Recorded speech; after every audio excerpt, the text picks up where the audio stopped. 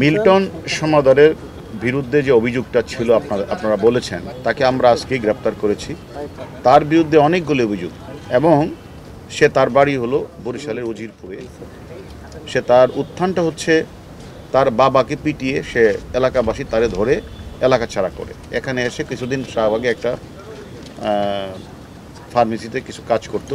সেখানে ওষুধ চুরি করার কারণে তাকে সেখান থেকে বের করে দেওয়া হয়। এরপরে সে একটা পর্যায়ে কিছু লেখাপড়া করেন।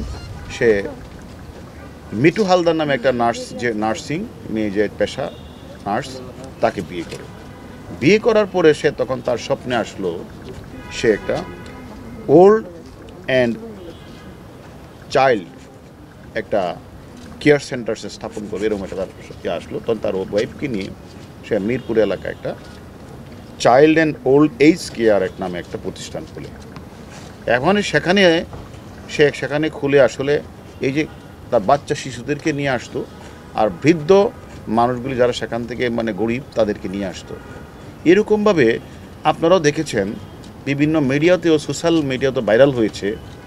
সেখানে এগুলি সে প্রকাশ হয়েছে এবং সে বলেছে যে আমরা সেখানে অপারেশন থিয়েটার আছে, সেখানে মানুষকে সে বিভিন্ন ধরনের সেবা। তাহলে অপারেশন থিয়েটার থাকে, হাসপাতাল থেকে, তারও তো লাইসেন্স থাকতে হবে। সে লাইসেন্স নেই। সে বেশিরভাগ কারণে না, সে রাতে লাশ দাপন করেছে। তখন তাকে জিজ্ঞাসাবাদ করা হলো যে আপনি রাতে লাশ দাপন করেন কেন? সে বলে যে আসলে না হলে তো মানুষ আমাকে বিভিন্ন প্রশ্ন করে, এটা সে উত্তর দিয়েছে। এবং আশ্রমে বৃদ্ধদের চিকিৎসা দেওয়া হয় না বলে গণমাধ্যমে এসেছে, সেটাও তাকে জিজ্ঞাসা করা হলো যে আপনি যে 30-35 লাখ টাকা খরচ করেন, টাকা পান কোথায়? এবং নিজেই ডেথ সার্টিফিকেট তৈরি করে ডাক্তারের সিল স্বাক্ষর জাল করে সে নিজেই মিডিয়ার কাছে শেয়ার করেছেন। এবং আমরা এটাও জেনেছি যে সে ইতিমধ্যে 900 লাশ দাপন করলেও 835 সালের সম্পূর্ণ গরমিল কোনো ডকুমেন্টসে দেখাতে পারে না। এবং তাকে জিজ্ঞাসাবাদ করলে তুমি এগুলি লাশগুলির পিছনে তোমার কারণ কি, লাশগুলি তুমি রাতে দাপন করো এগুলি, তখন কোনো এক সময় দেখা যায় যে সেখানে পাশে একটা মসজিদ ছিল, সেখান থেকে প্রশ্ন উঠেছে যে কিডনির পাশে সেখানে রক্তের দাগও রয়েছে। তাহলে তার বিরুদ্ধে অজস্র অভিযোগ, যে অভিযোগগুলি আমরা তাকে জিজ্ঞাসাবাদ করব যে লাশগুলি রাতে কেন উনি দাপন করতেন। তার কাছে আমরা জিজ্ঞাসাবাদ করব তিনি নিজে যে স্বীকার করেছেন যে ডেথ সার্টিফিকেটটা উনি নিজে কেন তৈরি করেন, ডাক্তারের সিল স্বাক্ষর উনি নেন না কেন।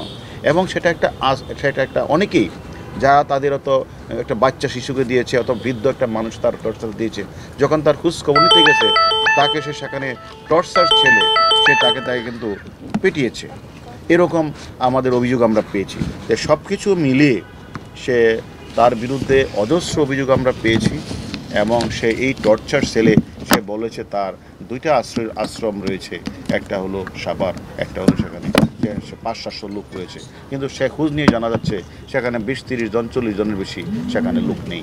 এবং আমাদের কথা হলো আমরা তাকে নিয়ে এসেছি এবং কিছু অভিযোগকারী রয়েছে, তারাও মামলা রুজু করবে। আমরা তাদেরকে রিমান্ডে এনে জিজ্ঞাসাবাদ করব যে কত সংখ্যক মানুষ তার এনে চিকিৎসার জন্য গিয়েছিল, কত সংখ্যক মানুষ মারা গেল, সে কি আসলে এই সকল তার তথাকথিত থিয়েটার মানে ইয়ার নামে সে সেখান থেকে সে যে স্থাপন করেছেন, সেখানে যে তার ভিতরে সে যে অপারেশন থিয়েটার, সে অপারেশন থিয়েটারের মাধ্যমে সে সেখান থেকে কিডনি বিক্রি করেছেন কিনা আপনারা যে অভিযোগটা করেছেন সেটাও আমরা তদন্ত করব। এবং কেন সে নিজে ডেথ সার্টিফিকেট নিজেই স্বাক্ষর দিয়ে তৈরি করেছেন, ডাক্তারের স্বাক্ষর কেন নেন নাই, সেটাও আমরা খুঁজে বের করব। এবং বেশিরভাগ লাশ তিনি দাঁড়াতে দাপন করলেন কেন, এবং তিনি 2টি আশ্রমের কথা বলে শত শত মানুষের রাখার কথা বলে সেখানে কোনো লাশ নেই, সব কিছু আমরা তদন্ত করে আমরা পরবর্তী পর্যায়ে আপনাদেরকে জানাবো।